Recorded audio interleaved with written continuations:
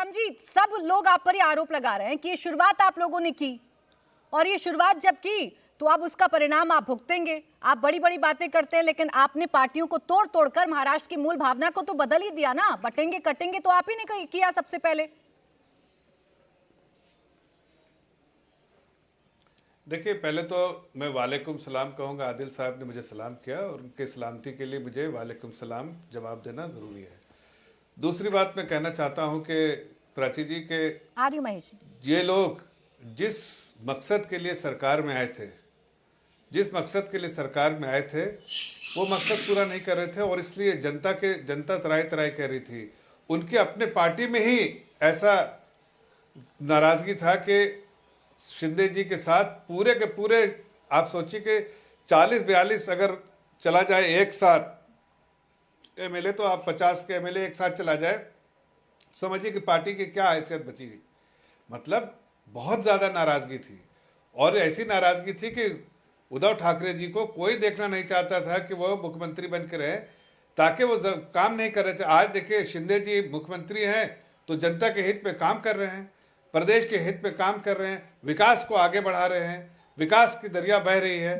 तो जब विकास की गंगा बह रही है तो उसमें किसको फायदा हो रहा है? प्रदेश की जनता को हो रहा है। आज जो स्कीम लाडली बहन का स्कीम, लड़की बहन का स्कीम जो आया है, उससे किसको फायदा है? हमारी महिलाओं को फायदा है, हमारे बहनों को फायदा है, और जाहिर है इतना फायदा है। जब आपको पता है आपने बहुत विकास के कार्य किए हैं, तो बटने कटने का डर किसको दिखा रहे हैं? आप मत दिखाइए ना।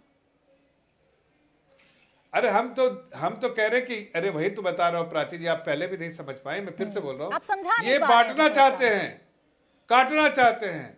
हम चाहते हैं कि एकजुट है रखना चाहते हैं। हम तो कहते हैं साथ रहो, साथ रहेंगे तो सुरक्षित रहेंगे। मतलब हम एक साथ, एकजुट, यूनिटी इज आवर स्ट्रेंथ। आपने प्रधानमंत्री जी को सुना है? मैंने सुना। सबका साथ, सबका विकास और यूनिटी इज स्ट्रेंथ।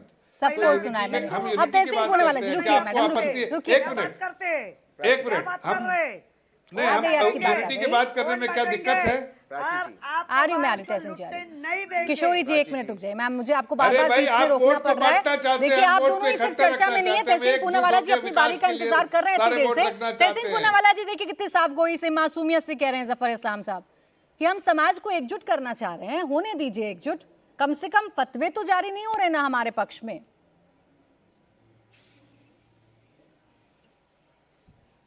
प्राची जी, मोटा मोटा ये डिबेट इस बात पे चल रही है कि किसी मौलाना साहब ने एक कोई गाइडलाइंस दिया है कि सब लोग एमबीए को वोट करो। ये मोटा मोटा जो डिबेट चल रही है। अब कोई व्यक्ति क्या कहता है, जैसे मैं टीवी पर अगर आके कहता हूँ जितने भी यंगस्टर्स है वो जाकर कांग्रेस को वोट दीजिए, तो इससे कोई फर्क पड़ेगा? वो तो अपने एक ओपिनियन होता है। क्या कांग्रेस ने आकर उस मौलाना साहब को कहा है एमबीए नहीं? ये पहली बात है, सबकी अपनी अपनी राय है। कोई कोई इंडिविजुअल राय क्या रखता है, वो ऑफिशियल कुछ नहीं होता। ये एक पैटर्न है प्राची जी, आपको इस पर गौर फरमाना होगा। कल यासीन मलिक जो एक आतंकवादी कॉन्विक्टेड है, उसकी पत्नी राहुल गांधी जी को पत्र लिखती है। बहुत इंटरेस्टिंग चीज है, मैं राहुल जी के ऑफिस से भी बात कर रहा था। ये पत्र राहुल गांधी जी के पास नहीं पहुंचता, ये पत्र बीजेपी के लोगों के पास चलता है। सारे शाम को इस पर चर्चा होती है कि यासीन मलिक जो कॉन्विक्टेड है, उसकी पत्नी राहुल गांधी को पत्र लिखती है, और वो पत्र बीजेपी के पास है। बेचारे राहुल गांधी के पास पत्र नहीं। कोई मौलाना साहब कुछ कहते हैं, बीजेपी उस पर चर्चा करी, कांग्रेस को पता ही नहीं। ये बीजेपी की चाल है। और मैं आपको एक चीज कह रहा हूं, कोई नहीं बटेगा, बीजेपी का वोट कटेगा। महाराष्ट्र की आवाम इस बात से तय है कि सबसे बड़ी भूल कमल का फूल। बहुत हुआ सब पे अत्याचार, अब नहीं चलेगी फडणवीस, अजीत पवार और शिंदे जी की सरकार।